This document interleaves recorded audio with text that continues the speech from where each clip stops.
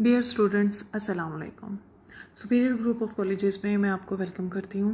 हम इस्लामियत साल अव्वल का पहला चैप्टर पढ़ रहे हैं और इसमें हम लास्ट टॉपिक आखिरत पढ़ रहे हैं।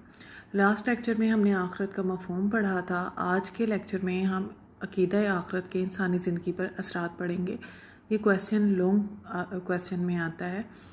हाँ, जैसा कि हमने अपने फर्स्ट टॉपिक में पढ़ा था अकीदा तौहीद की इंसानी ज़िंदगी पर असरात, एक वो लॉन्ग क्वेश्चन है और एक ये लॉन्ग क्वेश्चन है अकीदा आखिरत के इंसानी ज़िंदगी पर असरात। डियर स्टूडेंट्स, आखिरत कहते किसे हैं?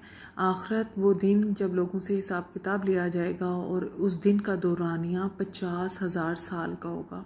वो दिन 50,000 साल का होगा और उस दिन लोगों को उनके अमाल के मुताबिक जज़ा और सज़ा मिलेगी। आखिरत का टॉपिक जो है वो बहुत बड़ा है। इसे मैं इन 2 वीडियोस में जो है वो मुकम्मल आपको नहीं बता पाऊँगी, लेकिन मेरी कोशिश है कि मैं नहायत आसान और सादा अल्फाज में आपको समझा दूँ आखिरत है क्या। क्योंकि मुसलमान होने के नाते हमारा इस चीज़ पे ईमान है कि मरने के बाद इंसान की एक और ज़िंदगी शुरू होगी और उस ज़िंदगी में इंसान की मौत नहीं है। मुसलमानों का इस चीज़ पे ईमान रखना नहायत ही ज़रूरी है, क्योंकि कोई भी इंसान उस वक्त तक मुसलमान नहीं हो सकता जब तक कि वो अकीदा आखिरत पर यकीन ना रखे। जब हम आखिरत पर यकीन रखते हैं तो ये अकीदा हमारी ज़िंदगी पर किस तरह से असरअंदाज होता है, आज हम ये पॉइंट्स पढ़ेंगे। इसमें सबसे पहला पॉइंट जो है वो है नेकी से रग़बत और बदी से नफ़रत।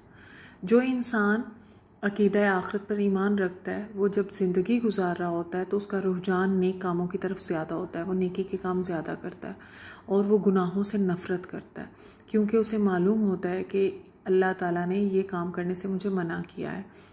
हम इंसान जिससे मोहब्बत करते हैं, हम काम भी वो करते हैं कि जिससे उस इंसान को खुशी हो, जो उसको पसंद हो। इसी तरह हम अगर अल्लाह से मोहब्बत करते हैं तो हम अपनी ज़िंदगी को भी उसी तरह से गुजारेंगे जिस तरह से अल्लाह ताला को पसंद है। आप ये देखें कि अल्लाह ताला ने छोटी छोटी नेकियों पर भी इंसान को जज़ा दी है, उसका सवाब बताया है। इवन के राह चलते हुए जब हम कांटा कोई या कोई पत्थर, केले का छिलका, कोई भी चीज़ रास्ते से हटाते हैं कि किसी हमारे दूसरे मुसलमान बहन भाई को तकलीफ़ ना हो, तो उस पे भी हमें अजर व सवाब मिलता है। हमारा ये जो आहिस्ता आहिस्ता सवाब जो है वो बढ़ता जाता है और फिर एक वक्त आता है कि हम अल्लाह को अच्छे लगने लगते हैं। हम कोशिश करें कि हम अपनी ज़िंदगी को इस तरह से गुजारें कि हम अल्लाह को अच्छे लगें, अल्लाह हमसे प्यार करे। अल्लाह तो वैसे तो प्यार करते हैं, अल्लाह 70 माओं से ज़्यादा प्यार करते हैं, लेकिन हमें भी तो कोशिश करनी चाहिए ना कि हम अपने रब को खुश करने के लिए वो काम करें जिसे करने का हमारे रब ने हुक्म दिया है।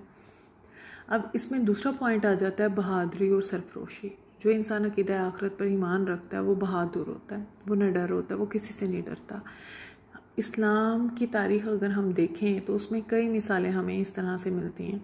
हम अगर हज़रत इब्राहीम अलैहिस्सलाम की बात करें तो जिस वक्त वो अल्लाह के एक होने का इकरार करते हैं और तबलीग करते हैं तो वो नमरूद से भी नहीं डरते, वो उस आग से भी नहीं डरते जो नमरूद उनके लिए जलाता है और उसमें उनको डालता है।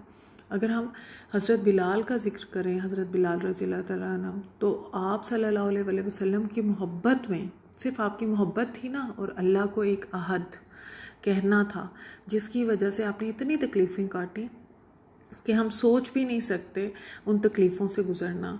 हम तो अल्लाह का जितना शुक्र अदा करें कम है कि हमें अल्लाह ने बग़ैर किसी तकलीफ़ से, बग़ैर किसी आजमाइश के अल्लाह ने हमें मुसलमान बनाया है।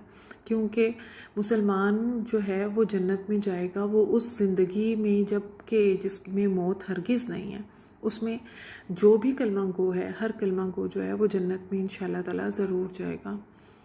तीसरा पॉइंट है इसमें सब्र व तहम्मुल, सब्र करना। अल्लाह ताला साबिर है और अल्लाह सब्र करने वालों से मोहब्बत करते हैं। आप देखें दुनिया में कितने गुनाह हो रहे होते हैं, हम खुद गुनाह कर रहे होते हैं, लेकिन कभी भी ऐसा नहीं होता कि हमारे गुनाहों की वजह से अल्लाह ताला हमसे दी हुई तमाम नेमतें वापस ले लें। अल्लाह ताला हम उन गुनाहों पे जो हम कर रहे होते हैं अल्लाह ताला देख रहे होते हैं और अल्लाह सब्र कर रहे होते हैं। तो जब खुदा सब्र कर रहा है, जो सुपर पावर है, जो सारी ताकतें हैं जिसके पास हैं, तो हम इंसान जब अकीदा आखिरत पे ईमान रखते हैं तो हम भी तकलीफ़ों पे सब्र करते हैं। कोई हमें कुछ कह दे, کوئی برا سلوک کر دے تو ہم ان چیزوں پر صبر کر لیتے ہیں، کیونکہ صبر کرنا اللہ تعالیٰ کو پسند ہے، اللہ صبر کرنے والوں سے محبت کرتے ہیں۔ ڈیئر اسٹوڈنٹس، انسان کو دنیا میں اپنے رشتے داروں سے تو محبت ہوتی ہے، لیکن اپنے مال سے بھی بہت محبت ہوتی ہے، اپنے پیسے سے بہت محبت ہوتی ہے۔ دولت کا نشہ جو ہوتا ہے وہ بہت برا ہوتا ہے، اور جس انسان کو مال سے محبت ہوتی ہے اسے میں سمجھتی ہوں کہ پھر اپنے باقی رشتوں سے محبت نہیں ہوتی۔ لیکن جب ہم عقیدہ آخرت پر ایمان رکھتے ہیں تو اس عقیدے کی وجہ سے ہمیں مال خرچ کرنے کا جذبہ پیدا ہوتا ہے۔